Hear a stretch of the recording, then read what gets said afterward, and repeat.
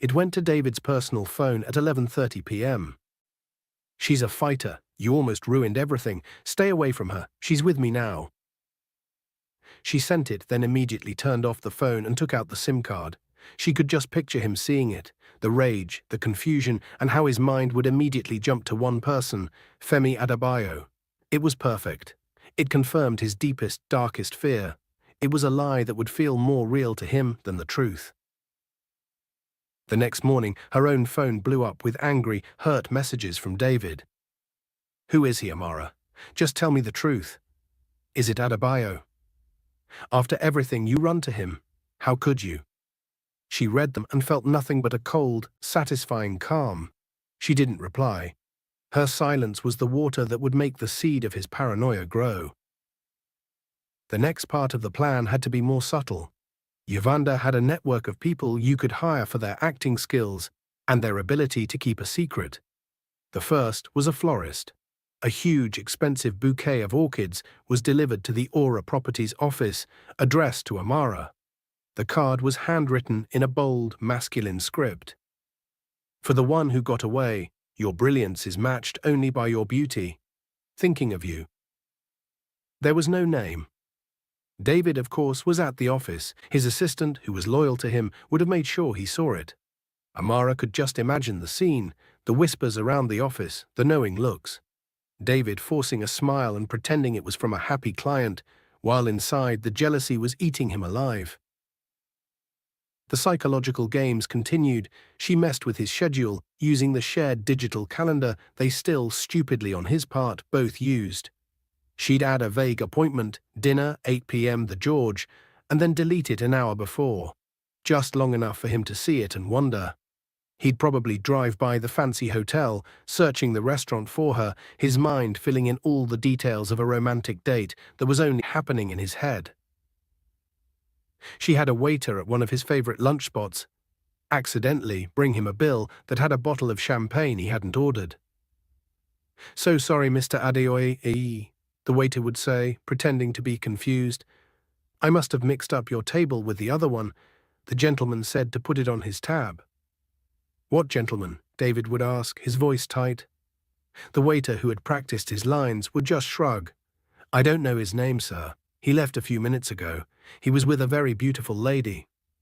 They were small things, tiny little pricks of doubt and suspicion, but they never stopped. They were designed to feed his paranoia, to make him question every conversation, every phone call, every coincidence. He was living in a ghost story. She was writing for him in real time. He started snapping at his staff, accusing them of spying on him. He got jumpy in meetings, his mind clearly somewhere else. He was looking for an enemy he could see, a rival he could fight. He never once suspected that the enemy was a ghost. A woman he thought was broken and grieving in her mother's house, quietly pulling the strings that were making him unravel. The seeds were taking root in the fertile ground of his own toxic mind. Soon they'd start to bear their bitter fruit. The Lagos real estate world was small and gossipy. Your reputation was everything. The annual property and investment gala at the Echo Hotel was the biggest social event of the year. It was a night of fancy dresses, champagne, and billion naira deals being made in quiet corners. It was the perfect stage for the next act of David's public humiliation. David went alone. Amara had said she was still recovering. He looked lonely, trying to act confident, but the rumors about him had already started. Whispers about his marriage problems, his strange behavior. He looked haunted. Yuan's first actor was a gorgeous woman in a slinky red dress. She was a known Nollywood actress. She walked up to David at the bar, flashing a brilliant smile. "David, darling," she yelled, loud enough for everyone nearby to hear. She threw her arms around his neck. "I haven't seen you since that weekend in Dubai. You naughty boy, you never called." David froze, looking completely confused. He'd never seen this woman in his life. He tried to gently push her away. "I'm sorry," he stammered. "I think you have the wrong person." The actress pulled back, putting on a perfect hurt expression. "Wrong person? David, don't be mean. Not after what we shared." She lowered her voice to a loud whisper. "Is it because of your wife? I heard you two were having problems. Don't worry, your secret's safe with me." She gave him a big theatrical wink, patted his cheek and then strutted away, leaving him standing there speechless with a dozen pairs of eyes staring at his back. The story was all over the room in minutes. David Adeoye, the golden boy, was cheating on his beautiful pregnant wife. No, wait, hadn't something terrible happened? He was cheating on her while she was recovering from losing their baby. The story was taking shape, and it was an ugly one.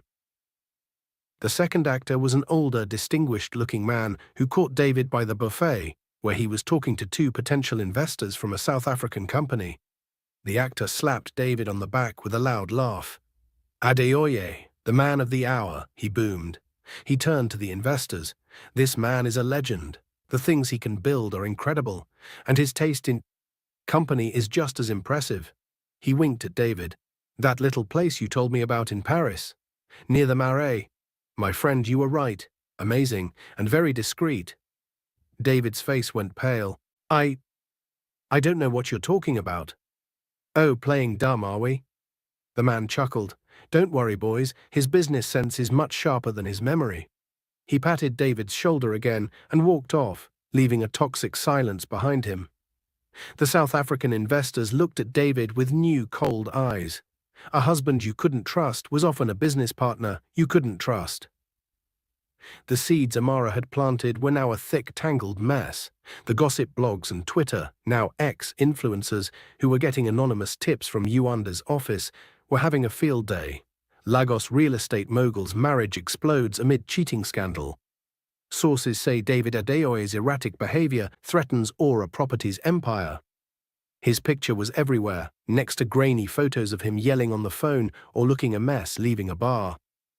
His paranoia, which used to be a private problem, was now a public show. He saw conspiracies everywhere. He accused his partners, his staff, and his friends of leaking stories to the press. He became an outcast in the very world he'd fought so hard to conquer. He was so busy fighting the fake lovers Amara had invented that he never saw the real attack coming, the one aimed right at the heart of his empire.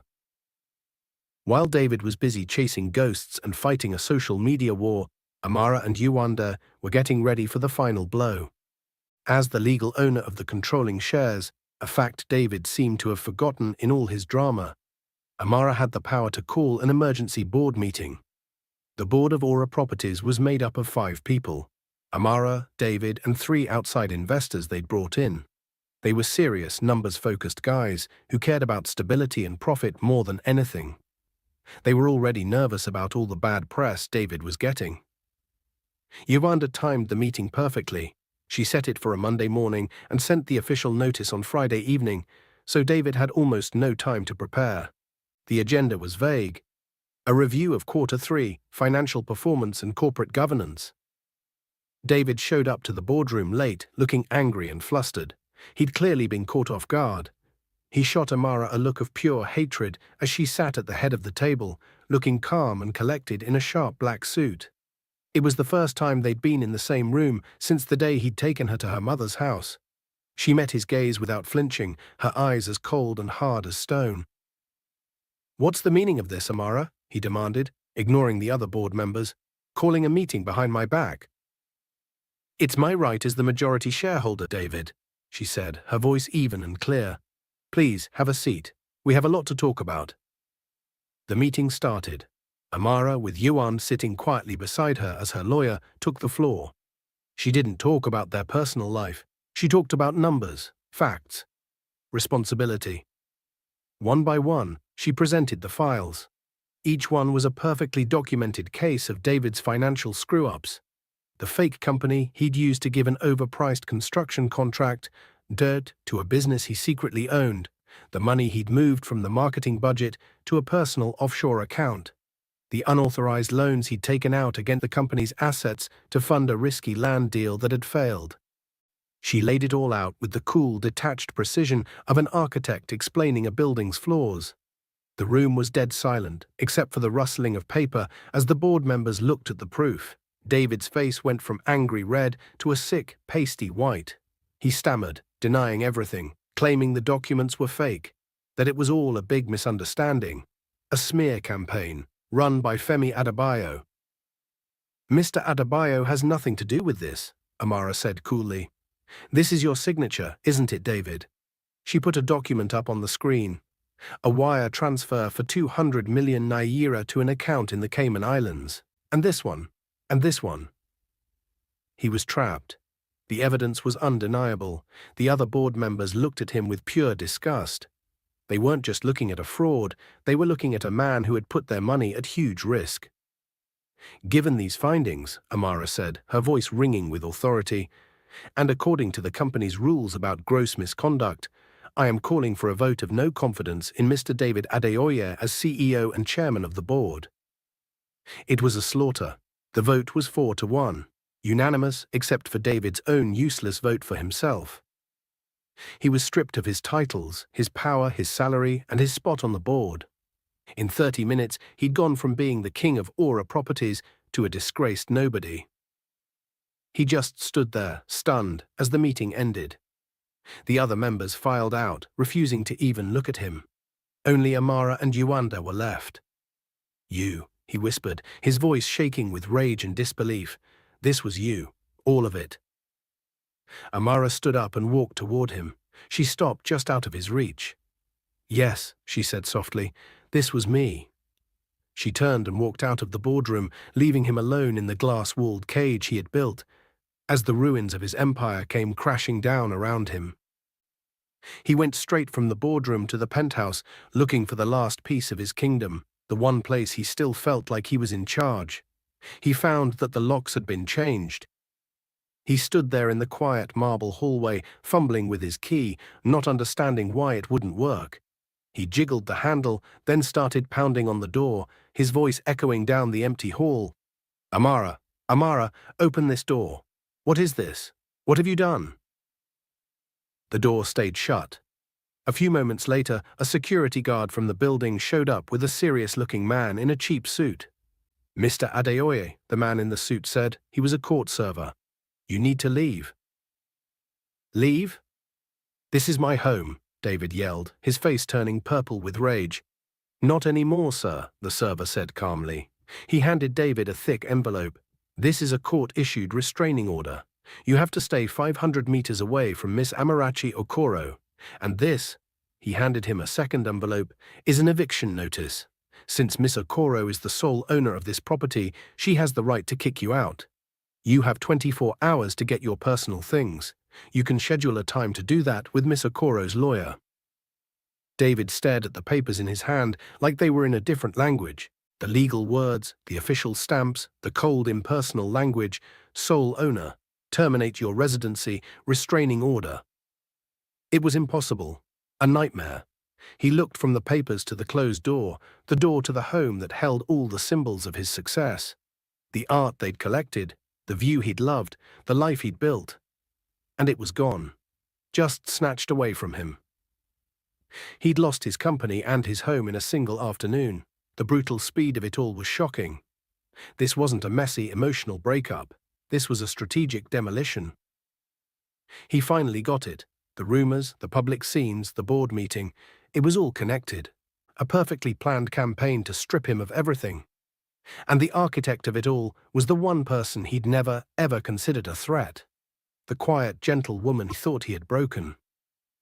He stumbled back from the door, the papers falling from his numb fingers. The security guard just watched him, his face blank. Humiliation washed over him, hot and choking. He turned and ran, escaping the silent judgment of the hallway, the ghost of the life he didn't have anymore. He didn't know where he was going. He just knew he couldn't stay there. He was an exile in his own city. The next few days were just a series of losses. Each one felt like another piece of him was being cut off, leaving him smaller, weaker, and more vulnerable. Amara, through Yuand, moved with the quick, merciless precision of a scavenger picking a body clean. His corporate credit cards stopped working. His personal accounts, the ones he shared with Amara, were frozen and then emptied. Every last naira moved to an account she controlled. The accounts that were only in his name, the ones he'd used for his shady deals, were already empty. He'd spent that money trying to save his reputation and fight the legal battles that were now piling up. The cars were next. The sleek black Range Rover he drove was towed from the parking lot of the hotel where he was staying. The other car, a vintage Mercedes convertible he kept for weekends, was taken from the penthouse garage. Both were registered to the company, her company now. Then came the art. The collection they'd built together, which David had been so proud of, was sold off in a private auction Yuanda organized. The Ben Nwanwu sculpture, the Bruce Onobrakpeya prints, the amazing portrait of a Fulani woman that had been the centerpiece of their living room. All gone. The money, legally, went back to the company to help pay off the debts he'd created. He had to call the few friends he thought he had left, begging for a place to stay, for a loan. But news travels fast in Lagos. Nobody wanted to be associated with a man who had been so publicly and spectacularly ruined. His calls went to voicemail. His pleas for help were met with awkward silence and lame excuses. The same people who had slapped him on the back and drank his champagne now looked right through him like he was invisible. He had nothing. He sold his watch, a Patek Philippe that had been his ultimate status symbol, for almost nothing. Just to pay for a room in a dirty, no-name hotel on the mainland, a world away from the glittering towers of Victoria Island. The paranoia Amara had so carefully built up now completely consumed him. He saw her hand in everything. Every bit of bad luck, every slammed door, every person who looked away was part of her grand conspiracy. He would sit in his dingy hotel room, the curtains closed, muttering to himself, trying to put together the puzzle of his downfall. He was right, of course. It was all her. But the truth was so much worse than his paranoid fantasies. He thought he was being punished for an affair that never happened, for a crime he didn't commit. He still hadn't figured out the real reason. He didn't understand how deep the wound he'd given her was, and the terrible patient revenge that had grown from it. He was a man being haunted, but he still didn't know the name of the ghost. Months went by. The rainy season ended, and the dry, dusty Harmattan season began. Lagos moved on. The city has a short memory and is always hungry for a new scandal. David Adeoye was old news, just a warning story people told at parties before forgetting about him. He was a ghost long before Amara was done with him. He'd lost the spark that made him David Adeoye. The ambition, the charm, the arrogance, it was all gone, leaving behind a hollow, haunted man. He lived in a run-down face-me-I-face-you apartment in Surulere, a crowded, chaotic neighborhood on the mainland. The constant noise of the city, vendors shouting, horns blaring, the non-stop thump of a neighbor's generator, was a constant torture to his frayed nerves. He'd lost weight. His expensive suits were gone, replaced by worn-out, baggy clothes. His eyes were always wide, darting around, searching for the enemies he was sure were still out there, plotting against him. He talked to himself, making up wild theories about a huge conspiracy involving Femi Adebayo, the South African investors, the woman in the red dress, all led by some shadowy figure. He was so lost in the story Amara had written for him that he couldn't see the truth anymore. He had hit rock bottom for a man like him. He wasn't powerful anymore. He wasn't rich. He wasn't respected. He was invisible. He was nothing. He spent his days wandering the crowded streets, a ghost of failure in a city full of life and energy. He saw billboards for Aura Properties, with Amara's face on them, smiling, confident, the new celebrated CEO. The company was doing great under her leadership. She'd rebranded it, launched new affordable housing projects, and was being called a visionary. His legacy had been erased and rewritten by her. Sometimes, in the middle of the night, a different memory would pop up, a memory he'd pushed way down, buried under layers of self-pity and paranoia, the memory of a scream, the feeling of his foot hitting her soft stomach, the sight of blood. He'd wake up from these dreams sweating, his heart pounding, a tiny flicker of the awful truth trying to break through. But he'd always push it back down. It was too horrible to face, the accident. It was a tragic accident. He had to believe that. Because if he didn't, he'd have to accept that he was a monster. He was broken. He had nothing. He was consumed. He was ready for the final act. The invitation came on a crisp, dry morning. It wasn't a letter or a phone call. It was a message, delivered by a motorcycle courier. A single clean white card in an unsealed envelope. The card just had an address and a time. An address in an industrial area of Ikeja. 3 p.m. That was it. There was no name, but he knew. He knew it was from her. A tiny, insane spark of hope lit up in his empty heart. After all this time, she was reaching out. Maybe her anger had finally cooled down.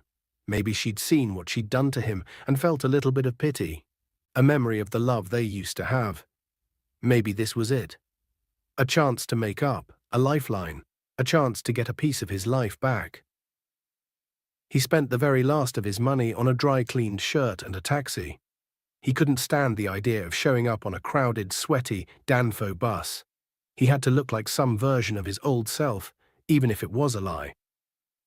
The taxi took him deep into an area of warehouses and factories, a part of Lagos he'd only ever seen from a plane. The address was a huge, newly renovated warehouse. It was painted a stark, matte black. A single large door was open just a crack.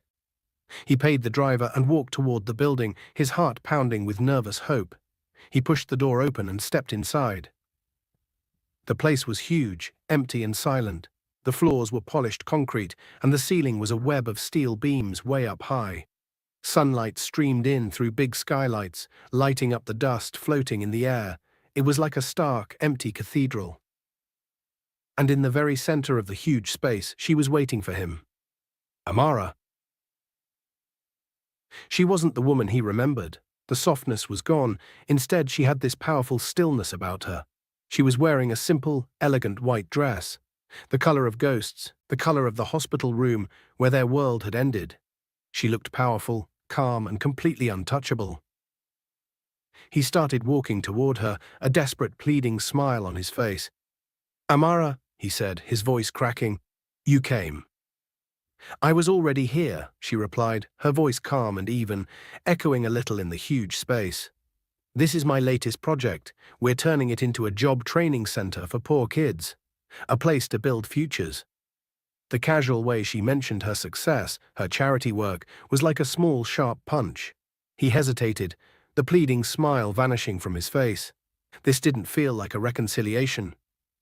Why did you ask me to come here? He asked, his voice now a wary whisper. Because I wanted you to see it, she said, her eyes meeting his for the first time. They were clear, cold, and had no pity in them at all. I wanted you to see what you can build from ruins. She took a step toward him. And I wanted to tell you a story. The story of how you ended up here. He stood there in front of her, like a beggar, his foolish hope quickly turning to dread. Her calmness was scarier than any anger he could have imagined. You think you're the victim of some big conspiracy, she began, her voice as measured and sharp as a surgeon's knife. You think Femi Adebayo seduced me, that your partners betrayed you, that the whole world conspired to bring you down. You're wrong. She started to walk, a slow, deliberate circle around him. Her footsteps echoed on the concrete. He just stood there, frozen, like a statue in the middle of her orbit. There was no conspiracy. There was only me. Every single step of your downfall was a step that I planned. She told him everything. Calmly, piece by piece, she laid out her revenge, connecting every action to his betrayal. You accused me of having a lover, she said, her voice dropping a little. So I gave you lovers. Remember the woman in the red dress at the Echo Hotel? The one who said she knew you from Dubai? She paused. I hired her. She's a very good actress. I paid her 2 million naira for 5 minutes of work. A bargain, I thought, just to see the look on your face. David stared at her, his mouth hanging open. The memory, so vivid and humiliating, replayed in his mind, now twisted into some kind of sick play. The man who talked about your exquisite taste in Paris, Amara continued, her voice never wavering. Also an actor. The mysterious text messages from a strange number. That was me, from a burner phone I bought in Computer Village. The flowers, the accidental bills, the rumors I fed to the blogs through my lawyer's office, all me. She walked him through the financial takedown, explaining how his own fraud had been the very weapon she'd used to kick him off the board. She described the eviction, the cars being taken, the accounts being emptied, each one a cold, calculated move in a game he never even knew he was playing. You were so obsessed with the ghosts of my cheating, you never thought to check the fine print, she said, stopping in front of him again. You never remembered that my name, my real name, Amarachi Okoro was on every single founding document of the company that was built with my money. You saw me as just a part of you, a tool for your ambition. You never saw me as a partner. You never saw me at all. That was your biggest mistake." He was shaking now, the carefully built walls of his paranoia crumbling to dust, revealing the stark, unbearable truth. He wasn't the victim of a conspiracy. He was the victim of one person's focused, brilliant plan. His ruin wasn't bad luck. It was a blueprint. "Why?" he whispered, the question sounding pathetic. "Why would you do all this?" Amara's face, for the first time, showed a flicker of emotion. It wasn't anger. It was a deep, bottomless sadness. "You still don't get it, do you?" she said softly. "After all this, you still don't understand what you took from me." "You think this was about the company?" she asked, her voice full of a pity that was more insulting than hate. "You think this was about money? About your pathetic, made-up affairs? David, those things are nothing. They're dust. You could have cheated on me 1,000 times. You could have bankrupted the company. I would have left you. I would have been hurt. But I would have gotten over it." She took one last step toward him, closing the space between them. She was so close now, he could see the tiny gold flecks in her dark eyes. He could smell her faint, clean perfume. "This wasn't about what you did to me," she said, her voice dropping to a close, chilling whisper. "This is about what you did to her." He flinched, a gut reaction to the unspoken thing that hung between them, the thing he'd never let himself truly face. "You hit me," she said, the words simple, brutal facts. "You kicked me, your pregnant wife, and you killed our child." He started to stammer, the old automatic denial rising in his throat. "It was an accident. I was angry. I didn't mean to." "Stop," she commanded, her voice cutting him off with total authority. "Do not insult her memory with your lies. Not here, not now." She reached into the pocket of her white dress and pulled something out. It was a small, carved wooden elephant, no bigger than her thumb. She held it out on the palm of her hand. "I bought this for her nursery," she said, her voice thick with tears she wouldn't let fall. "I was going to hang it over her crib. I used to hold it at night and whisper her name to her." She looked up from the elephant, her eyes locking with his, and then she delivered the final, devastating blow, the one that would shatter what was left of his soul.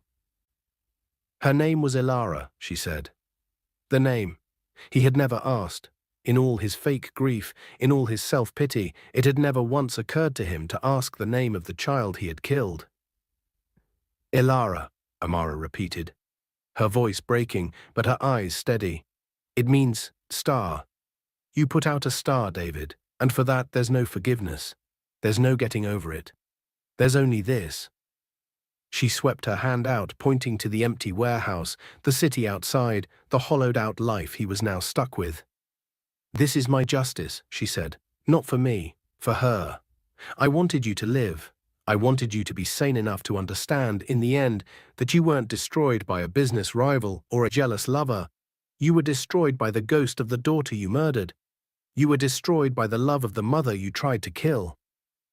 She closed her hand around the small wooden elephant, her last connection to the life that had been taken from her.